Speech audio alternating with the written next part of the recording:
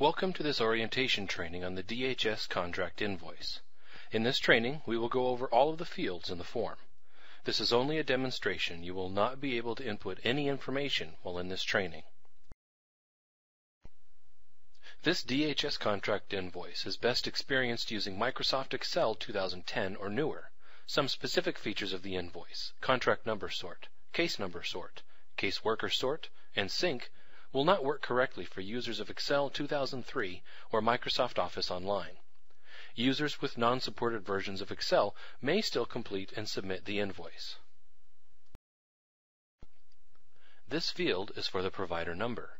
Indicate the primary contractor's DHS-assigned provider number, even if a subcontractor or foster parent is providing the service.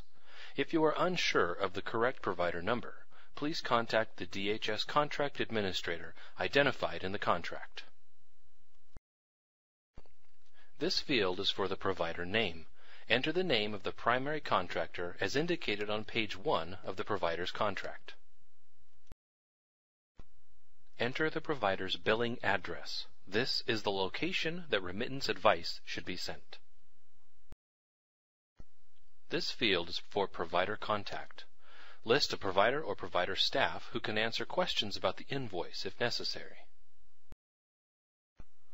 An email address where the provider can be reached. This field is required to record a unique number assigned by the provider for each invoice. This number will aid in the provider's internal tracking purposes and will be printed on the remittance advice. Limit this entry to no more than 11 alphanumeric digits. This field is for the DHS branch. Enter the name of the DHS branch to which the invoice is sent by the provider. Examples include North Clackamas, Marion, Alberta, or Medford. If you're unsure of the correct branch name, please contact the DHS contract administrator identified in the contract. You can also find child welfare branch information by the link on screen now. This invoice is for billing month and year. Enter the month and year in which the services documented on the invoice were provided. Please do not bill for services provided in more than 1 month on the same invoice. Submit separate invoices for each month. This field is for a phone number. This should be a daytime phone number where the provider can be reached Monday through Friday. This is the provider authorization to request payment field. Type the name of the person authorizing the submission of the invoice on the provider's signature line. This field is for DHS use only. This is the signature of the DHS authorized representative that is signed upon invoice validation. This field is for DHS use only. This field provides space for DHS branch personnel to enter the date the emailed invoice was received in their office. You must use the slash between fields. If the invoice is submitted in hard copy format, this field needs to be date stamped. The following buttons and functions may not pertain to all providers, but given that clicking certain buttons can change the way data is displayed, including the possibility that data you've entered may be inadvertently deleted, the following few slides will cover functions that may impact your work.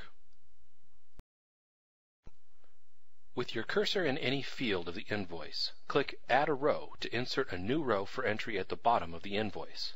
The invoice is set up to automatically add 1 row for provider entry with a joined row for DHS notes. These new rows are automatically numbered.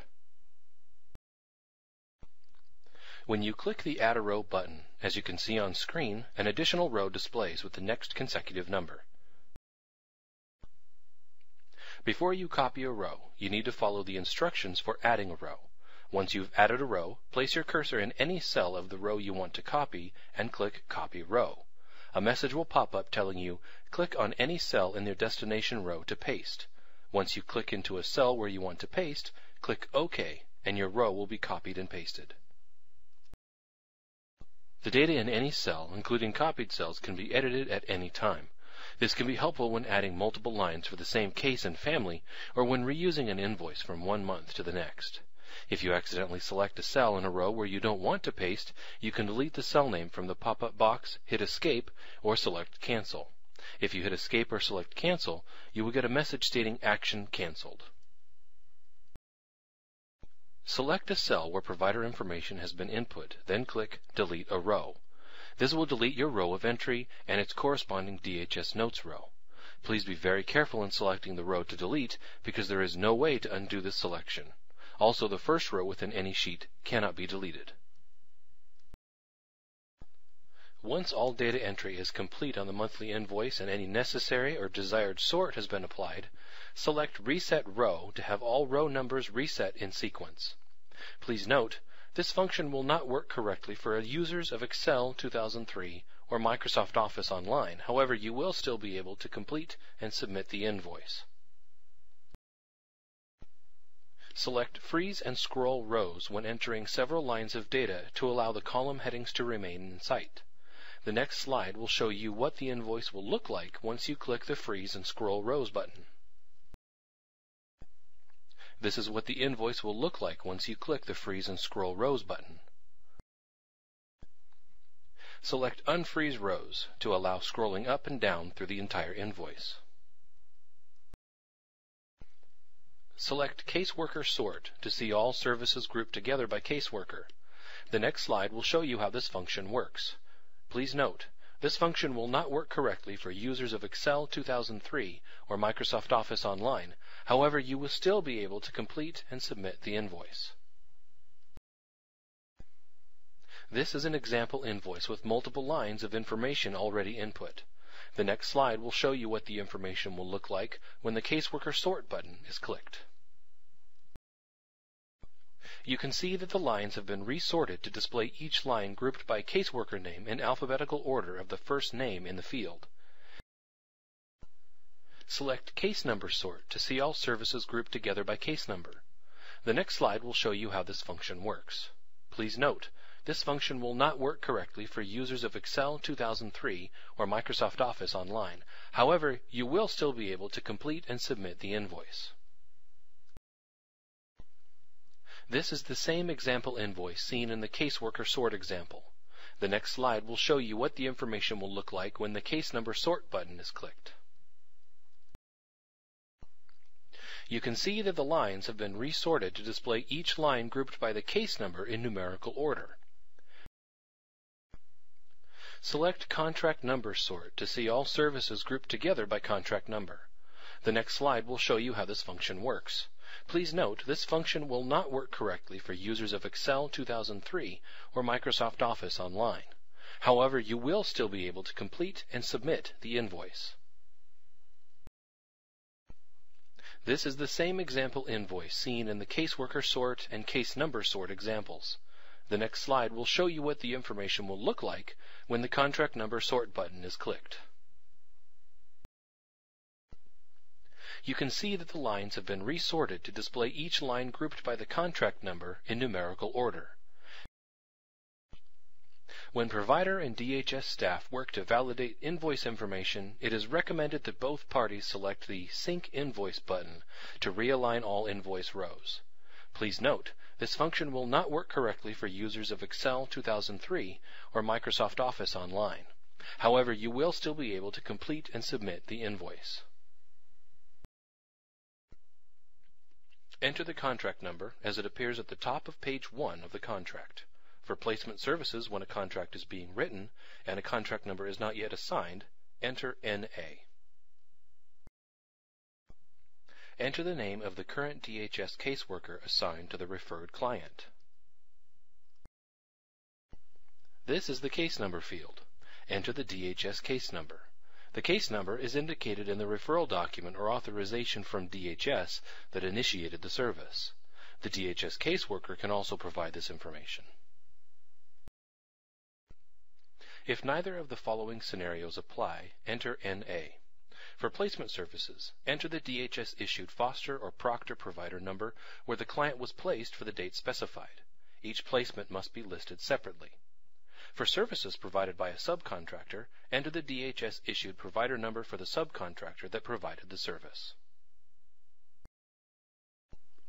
Enter the name of the individual who received the service. If more than one individual under the same case number received the same service, the information for each participant must be entered on separate lines of the invoice. If you have questions about whether to enter all members of a family or a single participant, please contact your contract administrator. Enter the DHS assigned participant number for the individual who received the service. Each individual referred for service has a unique participant ID number. The number can be found in the original referral document or service authorization from DHS. The assigned DHS caseworker can also provide this information. This is the service category field. The service category and service type can be found on the referral document or authorization from DHS that initiated the service. The DHS caseworker can also provide this information. Contracts often provide for more than one service category and/or type. If an individual received more than one category and/or type of service within a given month, the different services must be accounted for on separate lines on the invoice. This is the service type field. The service category and service type can be found on the referral document or authorization from DHS that initiated the service. The DHS caseworker can also provide this information. Contracts often provide for more than one service category and/or type. If an individual received more than one category and/or type of service within a given month, the different services must be accounted for on separate lines on the invoice. Enter the 8-digit date with 2 digits for month, 2 digits for day, and 4 digits for year. You must use the slash between fields. Enter the date on which the service began during the month that the invoice pertains to. If invoicing for expenditures of one or more purchases as opposed to services, indicate the date of the purchase. Purchases are defined as payments or purchases for the benefit of clients or families according to provisions detailed in the contract statement of work.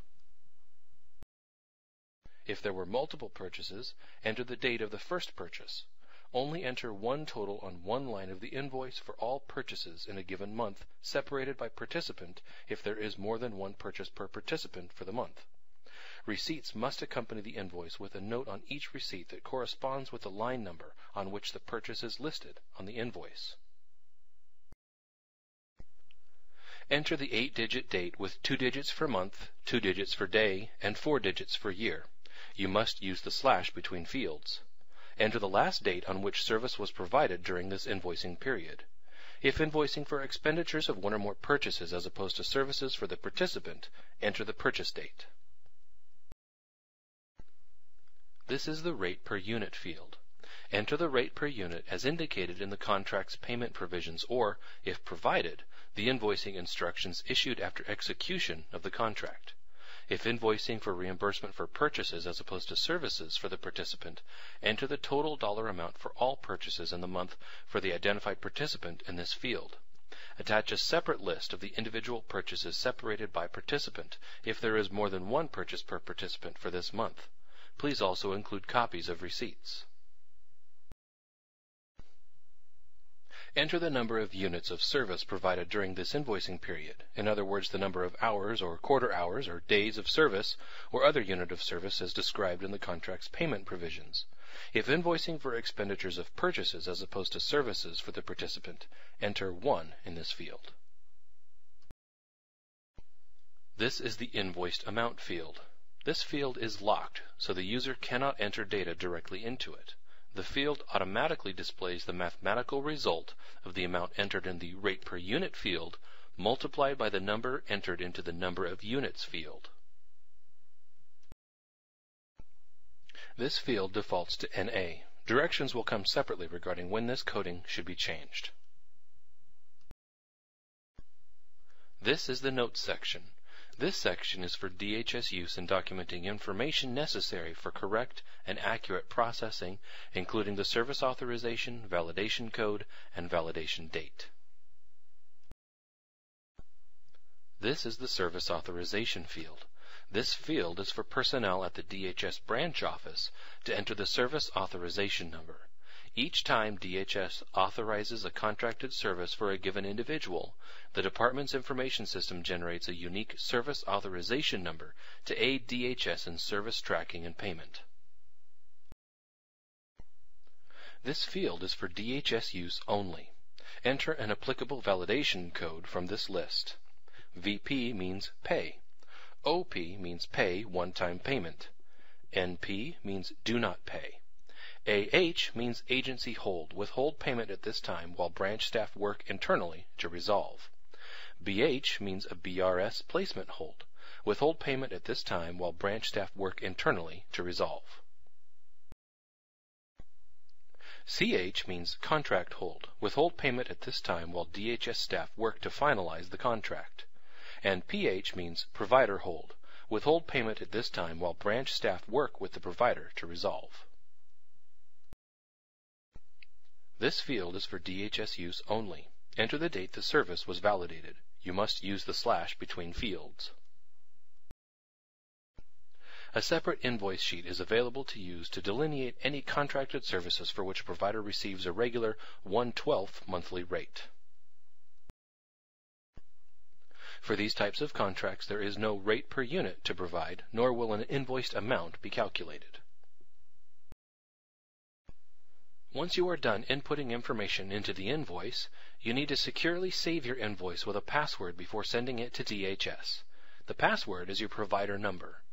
To save with a password in Excel 2003, click File and Save As, then click Tools and General Options. Enter your DHS provider number into the To Open text box, then click OK. Re-enter the password and click OK again, then click Save. In Excel 2007, click the Microsoft Office button, then Prepare, then click Encrypt Document. Enter your DHS provider number, then click OK. Re-enter the password and click OK again, then click Save. In Excel 2010, click File, Info, and Protect Workbook, then click Encrypt with Password. Enter your DHS provider number, then click Save. Once you have saved your invoice with your DHS provider number as a password, you are ready to submit the invoice. Invoices must be submitted via email to the branch from which services were referred. There are more detailed instructions on how to submit your invoice on the Invoice Instructions tab of the invoice. Thank you for watching this orientation on the DHS contract invoice.